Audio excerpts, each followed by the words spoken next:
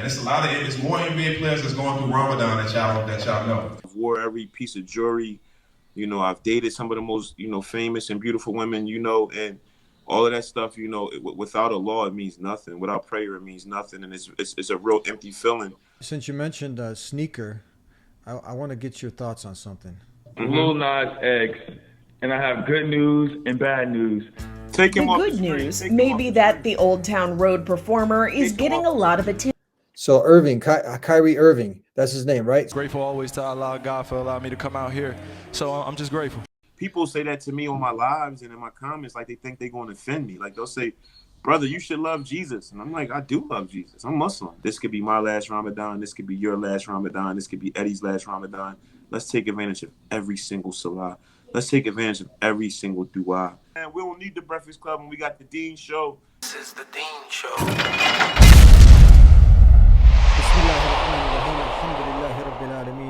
Assalamu alaikum. How you guys doing? We got our next guest coming up. G Unit Philly. Let's Win, Hustle or Starve. AKA Tone Trump giving shahadas out in Philly. Abdul Salam. How you doing, my brother? Alhamdulillah, all is well. I'm glad to be here. Did we hit that right? Let's Win, Hustle or Starve. Is that you? Some of that stuff is me. A lot of that stuff is old. I can always tell when somebody did their Wikipedia homework for me. So some of that stuff you said in the beginning is old, but it's all a part of my story. So I can't deny it. But we on the bigger and better things, by the permission of Allah. So right now it's just the top eye, the prettiest, the smartest, the flyest, Tone Trump, the big Don, Muslim Don family, and I'm honored to be here with you today, brother. I like that. We all have a past. We have some history. Let's go into a little bit of your history and what brought you to where you are today, that you're actually thinking a lot different. The best way I can answer that question is about 7 years ago, the birth of my son Aleem Samir. His mother had some complications during delivery. And she had a fever, so they started to try to rush deliver the baby. I didn't have a lot of experience. I was very, very scared, and I had went outside the hospital room and I prayed, and I just, I was asking Allah, because I've always been aware of Allah. I've always been aware of Islam. My father, and my uncle brought Islam to our family before I was born, so I've always had knowledge of Islam, but I didn't always, follow the Sunnah and follow the rights and rules of being a praying and believing Muslim. So I had knowledge, but I was living a life that wasn't, conducive with calling myself a Muslim. So long story short, I made a prayer and I basically asked the Lord, if you would protect my child, if you would bless my child to come out of this, I would change my life. I would do things differently. I would, just things that I think a lot of us do when our back is totally against the wall, especially people who don't pray normally. You usually pray when, the chips are down, and that's what I did. And Allah answered my prayers. My son was 1,000% healthy. He's actually about 10 feet away from me right now, playing on his iPad, mashallah. So I kept my part of the promise, to strive to live better. And as it started with different steps. A good friend of mine named Kasib had invited me to Friday prayer one day. And it started with me going 1 week to me going every week. Another brother, Muhammad, was inviting me out. I always forget to mention them when I tell the story. So may Allah be pleased and reward both of them, because they play a big part in my journey. They both kind of just like the same way people would hit me up to go to clubs or to hang on the block. These two particular brothers would hit me up on Fridays. Yo, what we praying at? And it's different when, brothers you love and respect put that on you, because it's like, you don't want to say, I ain't praying this week, or I ain't going nowhere. I had to have an answer. So I'm like, I'm going to Nebawiya, I'm going to Mukbil, I'm going to pray at this Masjid. And it started to feed my soul in a way that I was realizing how much I needed to pray consistently, how much I needed this word. And it was all making, when I was young and I was hearing about Islam, sometimes it didn't resonate with me. But now everything that Imam was saying, every cook bars felt so personal, like he was talking to me or about me. And I developed a personal relationship with the Deen that I feel like as I began to pray even more and to read even more, that I really found my true purpose and calling. And I thank Allah every single day I wake up for that. So that's how I got to the point I am now. It started with just different things, different efforts. It started with the prayer for my son. Fast forward to about 3 years ago, I went to Umrah, And I did that prayer over again, this time at the Kaaba, asking Allah in a different way, just to, replace all the things I'm doing haram with halal, and make it where I can maintain a lifestyle that I'll be honest, that I still love. There's a lot of things that I struggle with, that I shouldn't love anymore, that I still have a love for, Eddie. So some people like to pretend like, when they take shahada, you get a new slate and now you're this new person, and alhamdulillah, that's true. But some of the things from this dunya is hard to let go of for others. Everybody has different, jihads and different things they deal with. And for me, some of the things that I attach myself to are very transparent, because of the fact what I do for a living. I'm a rapper, I'm an influencer, I'm an actor, so people see me. And as a Muslim, we're supposed to conceal our sins. And in my business, it's hard to do that. So sometimes that's the constant contradiction. But to totally answer your question, those different trials in my life, starting with my son, the birth of my son, were things that really made me step my game up. And that's how you got the man, the Muslim, and the Don that you're talking to today, mashallah. MashaAllah. So you have a big Muslim community in Philly, is that right? Very big, mashallah. Philadelphia, I like to say, it's the biggest African American Muslim community in America, and in North America, anywhere. I've been blessed by Allah to travel everywhere, and I've never been anywhere where I felt the presence of true Islam, and Muslims, and seeing hijabs and niqabs and thobes and kufis in the same manner that you see here in Philadelphia. It's the thing I'm most proud about this city. It's a lot of things in this city right now that aren't to be very proud of, but the place, being so conducive for being Muslim, so many places to pray, so many places to eat halal, is something that I don't take for granted. I'm very grateful of being here in Philadelphia, mashallah. I've never been to Philly, but if I come down, you maybe take me to, what's this place called? Eats by Dre, get some crab cakes. He gonna love that shout out. I'm definitely gonna get you some crab cakes from East by Dre, mashallah. I'm gonna take you to, when you come to Philly, you want, and just so you know, for those listening who don't know, we've even coined Philly Philistine, which is a lot of times when people hear me say that, they think I'm talking about our brothers and sisters in Palestine who I love. But we renamed it, the Stan. When you hear Afghanistan and Palestine and Pakistan, the Stan is land of. So we took it for land of Philly, and being such a Muslim city. Some people ride through Philly and they feel like they're in a Muslim country sometimes, bro. You see so many Muslims. So it's a beautiful thing. Do you think it's like because you mentioned something now, it's a jihad every day, a struggle every day. It's, but for somebody who's experienced, for people who've kind of just had most of what you can have in the dunya, and now you've tasted it, right? You've tasted the other side. You taste the sweetness of Iman. That's what brought you to where you are. But now fighting, like you said, every day, the temptations that are out there. And what do you tell people who are now striving to kind of go towards that life that you're trying to fight against, falling back, people, on the fence sometimes, and you see people, they come over, they experience the Iman, the sweetness of salat, of prayer, of connection with their creator. But then some people, they end up falling back because of that struggle, that constant jihad, that constant war that we're with the satanic forces. Do you think it's hard? It's harder because you've experienced most of the delights of this life. It's more of a challenge, where other people, they haven't gone toward or experienced some of the many things that you've experienced. I think it may be more of a challenge for some, but I think for me it's more of a blessing, because I think because of some of the the success and failure I've had in the dunya and the worldly things, I've seen it at so many levels, bro. I've been around, I've worked with some of the most famous people in the world. I've been around some very miserable people who have a lot of things in this worldly life to let me know how much that stuff doesn't really mean. I've drove every single car you could think of. I've had some. I've wore every piece of jewelry. I've dated some of the most famous and beautiful women. And all of that stuff. Without a law, it means nothing. Without prayer, it means nothing. And it's a real empty feeling when you realize that you work so hard and you think you want certain things until you get them, and then when you get them, you realize they really don't mean anything and they really don't matter.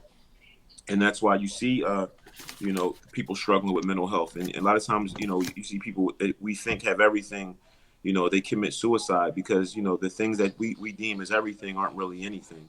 And that's what we struggle with in this world. And it's easy to say sometimes more than to do. But I'm living proof, man. Like I've seen it all, man. Like I've seen it all on every level. You know, growing up, I wanted fame, I wanted money, I wanted the music world so bad. And as those things started to come, and some of them things they come. And another thing about haram money, it doesn't last, it doesn't sustain. And you can have, and we've seen that so many times. Look how many people you've seen they say was worth $50 million, and then they poor and they homeless. And people say, man, I would never let that happen to me. You can never say never, because for one, everything's written by law, and for two, you think those people that lost all that money thought they were going to lose it? No, everybody's not just dumb. Everybody's not just blowing their money. It's the fact that you're trying to do this and live this life. When you try to do this without God, it's not going to work. I don't care who you are. And even when we think it works in this worldly life, we look at some celebrities and you may think, I hate to always use them as example, but I always like to use the Kardashians as an example, because people see them with all that money and all of that fame, and they're always looking for something else, from every member of the family. Like, they're reconstructing the way God made them look. The head of their household tried to turn himself into a female, for crying out loud. With all of that money and that fame, he wasn't happy with being a man.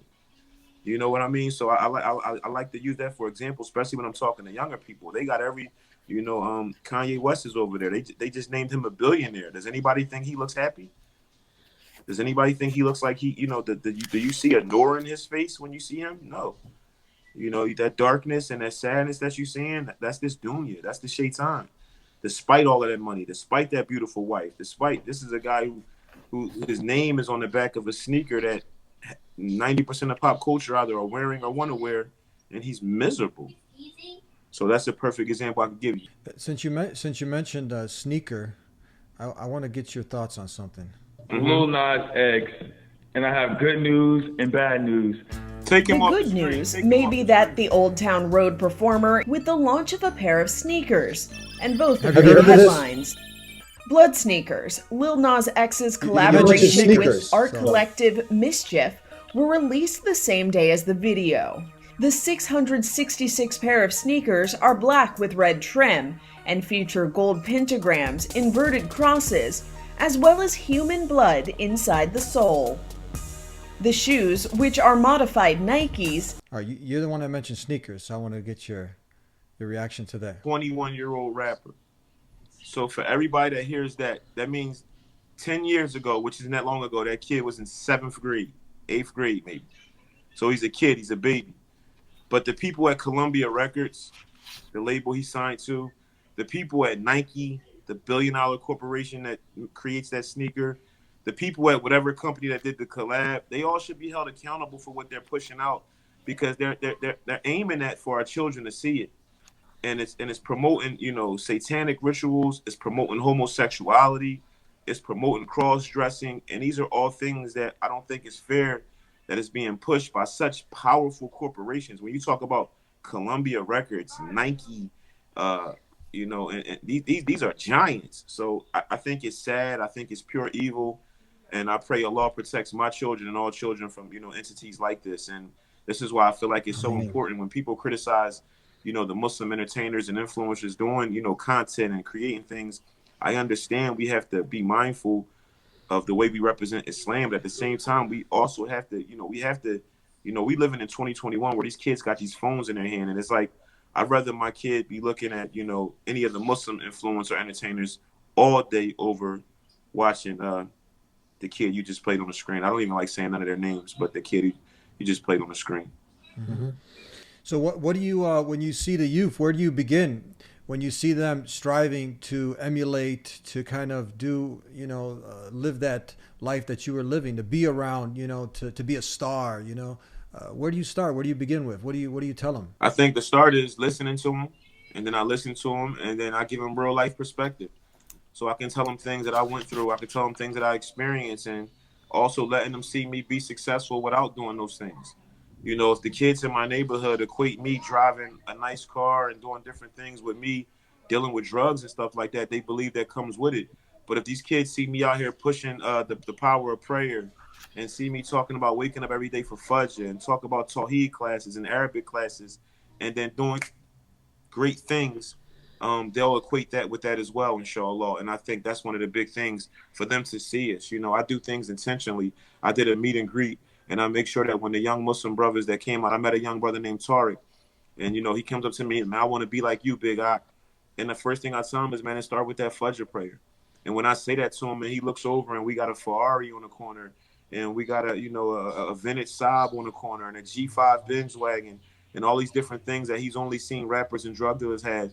And he see his Muslim elders having these things, and knowing that we can be successful, and seeing us bridge the gap. You know, at this particular meet and greet, I had Mufti Rafiq out there, so I got a Mufti out there on the same corner with, you know, ex-gang leaders and guys who just came home from prison, and just bridging the gap so the young brothers can also see us all unified and not have all this separatism or, you know, people, oh, what kind of Muslim is he, or where is he from, and this race over here and this type of Muslim over here. No, how about we all love Allah, we all acknowledge who his last and beloved prophet is, and we all come together and not follow any entertainers, not follow each other.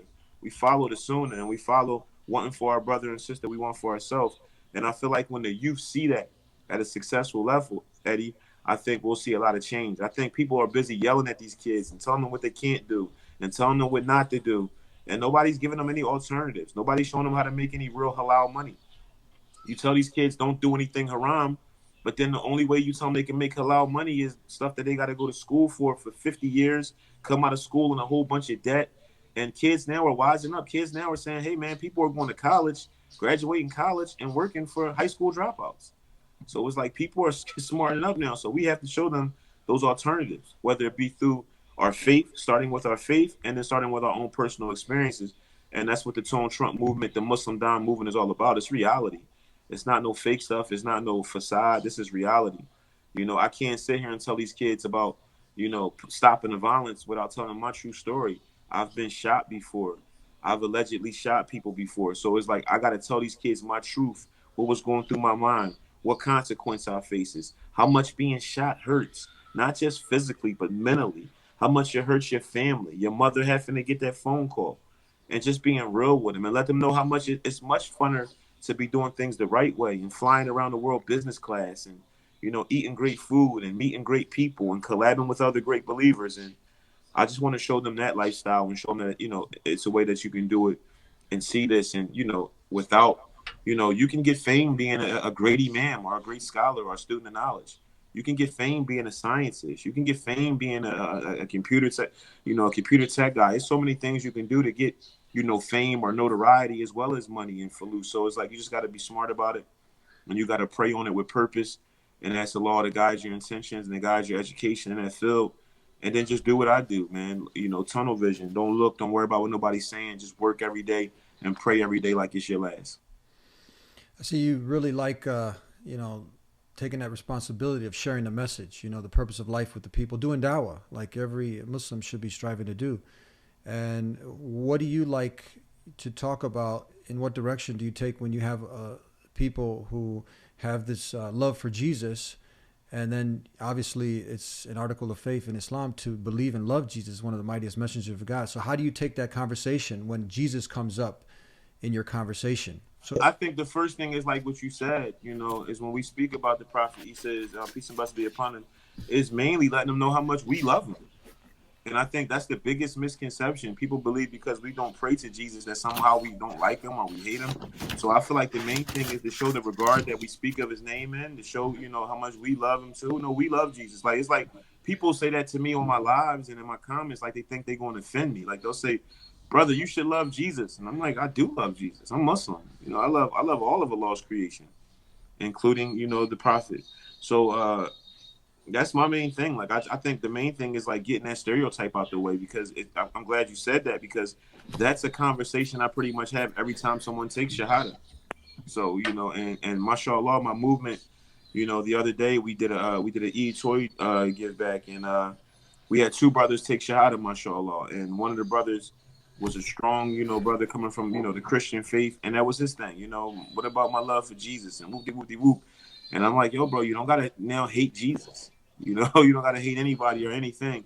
And I think when we start to give him that dawah, and I think that's why one of the most important things we need to be pushing to is just having, you know, Creed and Tawheed classes and being able to show people true understanding of of the deen, you know, and true understanding of taqwa and the different things. Because a lot of times you hand somebody a Quran, a prayer rug, and you say, you know, figure it out, and that's not fair to them. It's not fair to this beautiful and perfect religion, Islam. And that's what people love about when you talk about Tawheed, that pure monotheism. When we talk about, you know, the deep love of Jesus, that we worship like Jesus, we greet like Jesus. Peace be upon you. This is how he greeted. He prayed like we pray because he was a Muslim. He submitted to the will of the Creator, not the creation. Even in the pictures that they post that they proclaim to be Jesus, which I don't, I don't necessarily prescribe to, obviously. That picture that they push around looks like that would be a Muslim. I mean, in today's time, I mean, this guy has a huge beard. He has a skin of bronze, and he's wearing a thobe. It sounds like he's either a light skinned black dude or, what I mean, like black Muslim or Arab Muslim to me, just by his appearance that they push out. By the way, not that we're pushing out. Even what they had portrayed, what they push out of his blessed mother, who we love, who there's a chapter named after her in the Quran. She's in hijab, right? Is that amazing? I use examples like that. Like I make it practical for him. Like, you know what I mean? I may even, now that we said this, I may start asking dudes like, let me see a picture of the Jesus you speak of. And then ask them, if you had to bet, if you didn't know who that was, and somebody said, is he a Muslim, a Christian, or a Jew, for example, I think 10 out of 10, if not 9 out of 10 would say that's an Aki. That's one of us. So I think that's one way we can approach it, inshallah. Can we get you to talk about that on the Breakfast Club? Have you ever been on the Breakfast Club? Inshallah, I should be doing a Breakfast Club next month. So you heard of that popular show, the Breakfast Club, is it? Where they get different entertainers? I should be doing it next month. And one thing about me, because my project dropped in June, so we want to schedule it around my project. The thing about me, Eddie, is you don't got to worry about me, man. Any microphone in front of me, man, Islam's going to come up. Alhamdulillah. It's possible to interview Donald Trump. You can't interview me and not bring it up. You know, I wear it so proud on my sleeve. So there's a lot of Muslim artists that can sit down with people like the Breakfast Club, and they genuinely might not even know that person's Muslim. You don't sit down with me and not bring up something about Islam, and I'm proud of that. So we'll be definitely talking about those 5 prayers. We'll definitely be talking about, you know, the way Islam changed and saved my life. So I'm going to do that on any platform. And if you don't see it, trust me, they edit it out, and that'll be a problem because there's no platform. I was warned many a times that maybe, you know, in so many words to turn down, you know, my broadness and my unapologeticness about my love for my faith. And I've never followed those orders. I've even done it more since they told me to kind of tone it down. I've turned it up even more on my show. I like that. I like that. Unapologetically, one who has surrendered and submitted to the Creator of the heavens and earth. And that's what a Muslim is. And that's what Islam is, to do that action. And this is something that we should be proud of. And just hearing you, seeing you, hopefully, inshallah, the youth and Muslims can get inspired, that they can go ahead like this. You actually were so excited about it, that you shared it with the person. We're going to get your reaction to this. He's now in the Masjid. And you are a great influence in sharing the message with this individual. 4 days ago, you know this guy? You know this brother? How he's doing, and he's excited about it, man. He's just happy the place that Allah has him. And I'm giving him the confidence to come out with it, to not be shy. As you see now, he's praying on the court now. And it's time. It's time for especially guys in that light to stop, to feel like they have to be something that they're not, you know, and that's what Kyrie's at. You know, if I want to pray, if I want to praise Allah in front of the world, I should be able to do that without offending anyone. And we're at the point now where we don't care who we offend. Yeah. You know what I'm saying? That's where we at now. That's why most of the players, and it's more NBA players that's going through Ramadan that y'all know. Yeah. It's like 8 or 9 right now that's going through Ramadan. And it's time. What are your comments on that? I'm just so proud of him, man. I'm so proud of him. I'm so proud of his message, his movement. I love that brother, man. As you seen the difference in my reaction from when you played the first clip to the second clip, right? That's it. So that's somebody, you know, I call him Aki 5, you know what I mean? Stack 5, Steven Jackson, man, our brother in faith. You know, he was my brother before he was a Muslim. And, you know, him taking Shahada, him saying the beautiful words, you know, lay Allah, made him my twin brother, my closest brother. I love him to death. I love him. Words can't express the love and respect and honor I have for him. And, you know, he has a lot on him, Eddie. Like, you know, he was already thrust into a position of leadership for the civil rights movement. the biggest civil rights movement ever. People got to understand what went on with George Floyd, the way the world was paying attention to that. That's never happened in the history of ever. Like, even when, you know, our great leaders like, you know, Malcolm X and Dr. Martin Luther King, Muhammad Ali, and, you know, Marcus Garvey, and I can go on, and Imam Jamil Al-Amin, and these different leaders, they didn't have the power of social media to connect these different worlds. Like, when we were coming up, when something would happen to us, we didn't know that people all the way in, let's just say, Yemen could feel our pain. And now, because of social media, we know that. And Aki 5, Stephen Jackson's been thrust into a position of leadership. He didn't sign up for that. And even after he took Shahada, I've never seen someone, you know, revert to Islam and just hit the ground running with the type. You know, you just showed a video of him speaking in the mosque. That brother's a brand new Muslim, and he's already, you know, garnering that love, respect, and attention. And I'm just honored to call him a brother. I ask Allah to continue to guide him and protect him. And he is, man, he different, bro. Like, it's, you know, he's just a special human being, and I love him.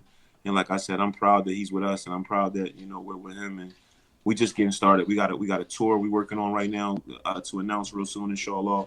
Me and him, a top Big Don speaking tour that will be giving dawah, as well as doing some different things and workshops, and inshallah. So be on the lookout for that. And like I said, I'm just proud to call him my brother. I love him. He know what's up with us.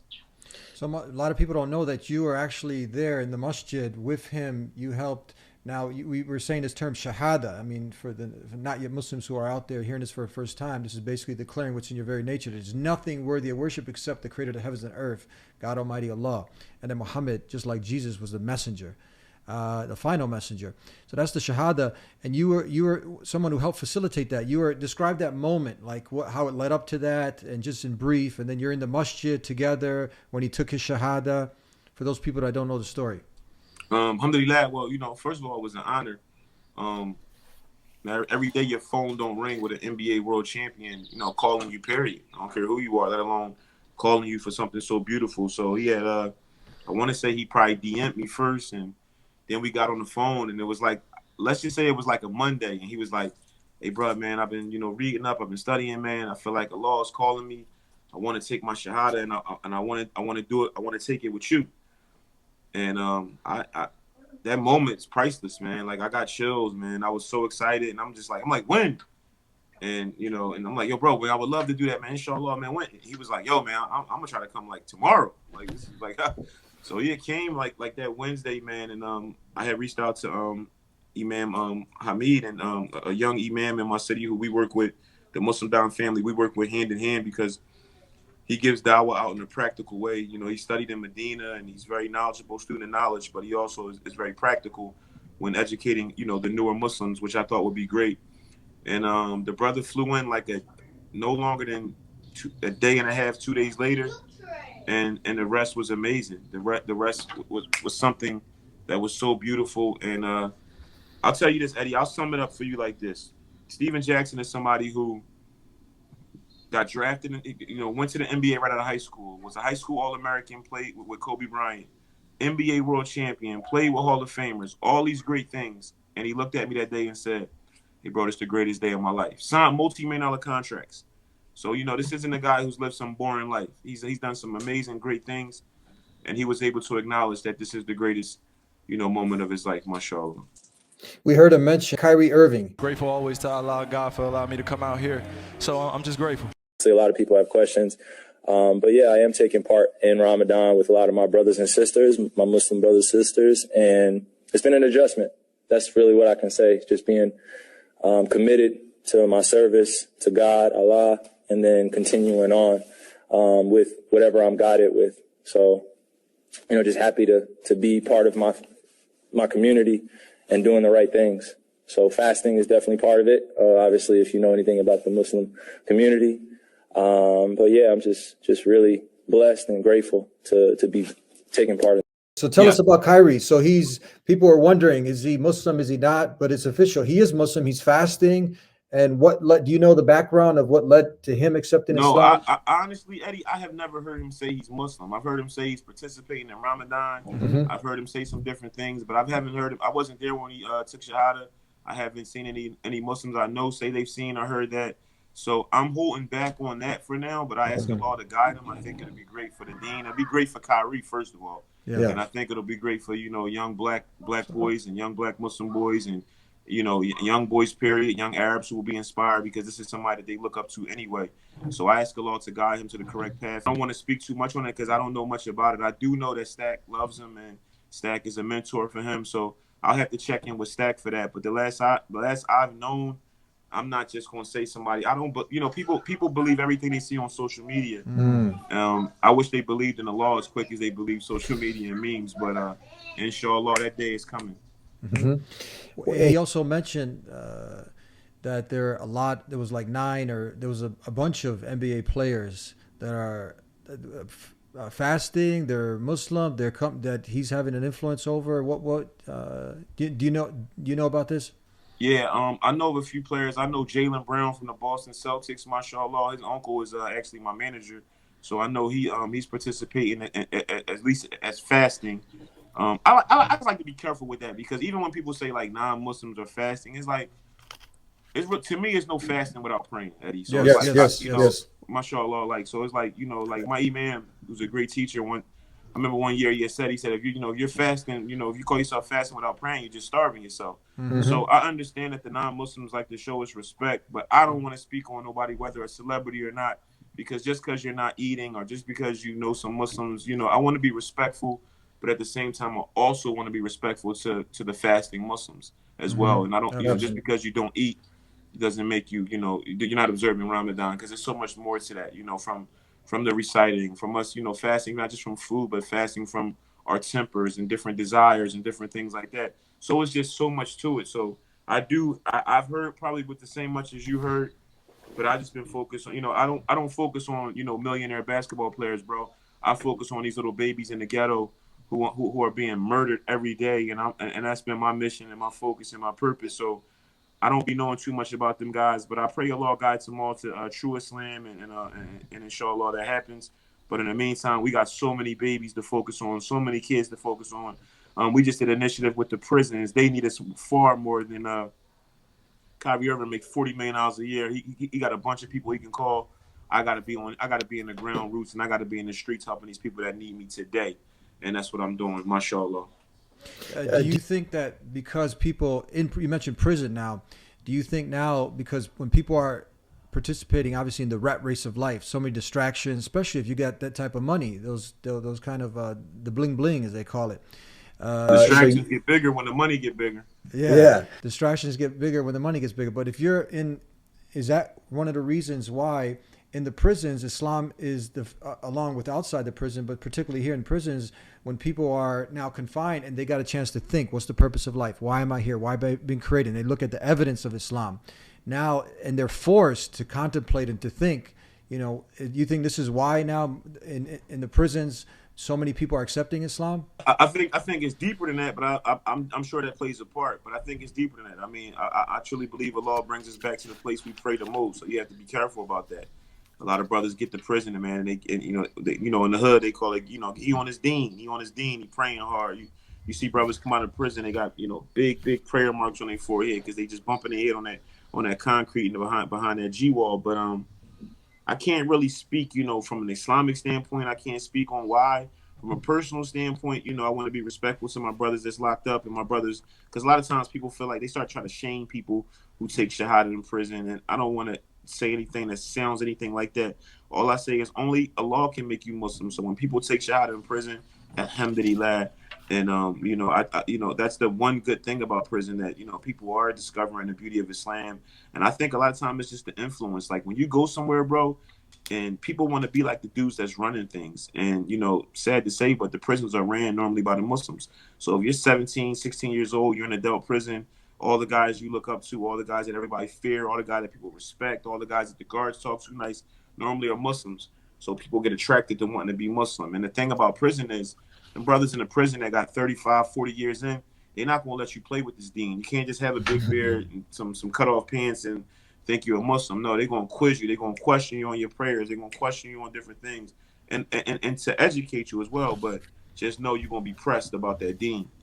A few more questions before we conclude. Tell us. So let's take it back for. My phone just gave me a thing saying it's great die. So, but we good right now. All right, we got all right, a couple more questions. So let's take it back for the Irvings, the NBA players, or from just the young boys, young adults who are tuning in, and now before some who are trying to sympathize with Muslims, and they're doing the Ramadan. But you said even before that, the prayer. But let's take it even before that. Now acknowledging that there's only one and only one creator of the heavens and earth. The Shahada. Go ahead if somebody's already, they've been looking into Islam. The articles of faith. They're like, okay, I agree with that. The 5 pillars of Islam, I agree with that. The Tawheed, the pure monotheism, what it starts with, and Muhammad being the last and final messenger. How would you go ahead and explain the Shahada for somebody out there who's like, okay, now I'm ready. I want to become a Muslim. I probably explained it the same way that, your favorite sheikh, your favorite scholar, your favorite, I just do it in the way that I speak the language of my people. So I try to break it down. So if you was to watch a video of any, imam and the way they would probably talk about their love for Islam, our love is probably similar, but the way I explain it is just different. So the main thing I do, Eddie, is I give life experiences. I let them know in the most convincing voice, the most passionate way, that Islam saved my life. And when I let them know that, I'm living proof, man. People have seen my walk. People have seen my journey. So I don't really have to oversell it, man. People see, especially in my neighborhood, and then now even globally, because people have seen my struggles on the internet. It's people on the internet that have seen me get into fights and beefs. It's people on the internet that have seen me get arrested. It's people on the internet that have seen people close to me get arrested for everything from murder to selling drugs to everything. So the things that I've been affiliated with, throughout my career and my life, and, just being from where I'm from, all these different trials and tribulations. So when people see that and then they see where I'm at now, bro, that's so much of a testimony. One day, the great scholar, Dr. Sherman Jackson, said to me one day, he spoke about me just being in the Masjid, that being a form of dawah. So for people, when I walk in the Masjid and everybody's staring at my tattoos and stuff like that, I can take offense to that, or I can use that for opportunity to just give dawah, or they may just receive dawah just by looking at me. Because if you're somebody that's trying to be holier than thou and you think you're so perfect, but you missed a few salats, and you look over to your right and you see a black Muslim with 100 tattoos on, and he's in Suhood and he's praying and praying, that's going to make you feel away. So we inspire even those who don't like us and love us, and we try to do it with real life and real practice. When I talk about the religion, my uncle used to tell me, you don't have to wear your religion on your sleeve, you have to wear it on your heart. I've chose to wear it on both. And it's been trials for that, and it's been successes for that, and alhamdulillah for it all, the good and the bad. So the main thing I do, bro, is I break it down in their language. I talk to them in a way they can understand. There's certain ways I'm talking and certain words I'm using in this interview that I'm not going to use with a 15-year-old on 54th Street. I'm just not. And mashallah, that's one of the reasons I think I have success, because I speak the language of the people, which our beloved prophet, peace and blessings be upon him, always stated was very, very, very important. Dressing and speaking the language of the people you serve, and I know who I serve. Mashallah. All right. So with that said, brother, any final words? Is Ramadan for the people out there, for the Muslims out there, for the not yet Muslims? What message you want to end with? For those that aren't Muslim, I just want to say that I pray Allah guides you to the truth and to the one, the oneness of Allah, and I ask Allah to guide you to Islam, and keep you on the correct path. For those that are Muslim, keep praying, keep striving, keep working. I'm living proof of Allah's mercy. I'm living proof of my mother's prayers. And to those that are watching, just keep praying, keep pushing, keep believing. Love Allah, love yourself, love humanity. And right now in these last, I don't know when they're gonna hear this, but we're living within the last 10 days. There's so many people who didn't know last year was gonna be their last Ramadan. This could be my last Ramadan. This could be your last Ramadan. This could be Eddie's last Ramadan. Let's take advantage of every single salah. Let's take advantage of every single dua. Let's make intentions to go to Mecca and Medina. Let's make intentions to do better in our communities. If you're not married, make intentions to get married. If you come from a non-Muslim family, make sure they know how to properly bury you. Get your affairs in order. This is the last few days of Ramadan. Make it count, because if this is your last Ramadan, think about how you prepare for the last day of school or the last day of work or whatever it may have been. This could be your last Ramadan. May Allah have mercy on us all. Ameen. I ask all those that are watching and listening, if you're able to watch the Deen Show, you're blessed. You either have a phone or a computer. Pray for those with less. Pray for the believers that are behind the bars. Malcolm X was in prison before. You guys all love him now. The next Malcolm X may be in prison right now. Make dua for that person. And I'm out, man. The biggest op, the top op, the biggest Don. They never thought they'd see this. They never thought they'd see Eddie. Where you from, Eddie? Yeah, Chicago, Chi-Town. Oh, I was hoping you said something. I don't know why I thought you was from somewhere like another country. Bosnia. Bosnia, there we go. They never thought they would see the biggest Ak in Bosnia. Link up with the biggest Ak in Philly. This is a top Ak thing. Shout out to all the Muslims worldwide. Ramadan Mubarak. And I want to let all the Muslims know out there, Ramadan is the best time of year. Let's show the babies that. Let's show the kids that. Shout out to Hijabified Nas. Shout out to Neef Buck, Beanie Siegel, Freeway, J-Rock, Big Osama, everybody who volunteered and sponsored at our E-Toy Drive. It was so beautiful to see our babies get to have fun. Every year they got to watch all this Christmas stuff go on. So it was just great to be festive, you know, decorate. You know, I got stuff going on, man. I got plates this year. We got the plates with the Eid Mubarak on it. You know, we getting in the vibe, and you should get in the vibe too. This is beautiful. We are the best of humanity. We are number one. We are the most beautiful. We are the smartest. We are the strongest. We should be the happiest. Let's show it. Let's love each other, man. Love your neighbor for real, for real. And I'm going to sound out like that. May Allah have mercy on us all. And go to my Instagram right now and get you some merch and support everything Eddie is doing with the Dean Show. Yo, I'll be honest with you, bro. I do interviews every day. Wallahi, this was one of the ones I was waiting to do. I love your show. I love the way you guys, you know, your producers and edit everything up. So it's not hard to make me look good, but make me look good. Big MPF, man. Big MPF, man. Shout out to the whole Muslim Don family. I mean, Allah bless you. I got send Eddie some ice, man. You looking a little. I got. Allah bless you, brother. For everything you're doing for the Ummah, man. Like earlier, you mentioned the Breakfast Club, man. We don't need the Breakfast Club when we got the Dean Show and we got all these different Muslim platforms. We building up our own platforms, and I'm gonna play. So you want to say hi? It's Aline right here. This is who I was talking about when I said about. Assalamu alaikum. This was the one I was. MashaAllah. This is the one I was praying for, mashallah. And beautiful. So, my life. Mashallah. My life. What? I'm your lifesaver. I love you. So that's the perfect way to sound out right there, man. Right there, bro. Man. I love y'all. I love you too, but for the sake of Allah, brother. Inshallah, will be what? My baby, he don't like to get left out. This is Abdul Jalil. Say assalamu alaikum. Assalamu alaikum. All right, man. I love y'all. Thanks, Eddie. I'll see you, inshallah, here in Chicago or in Philly. We'll be getting some of those crab cakes. Inshallah, I can't wait, man. And let me know. Keep me posted when my show ready so I can promote it to the world so it can be the biggest one ever, inshallah. Inshallah.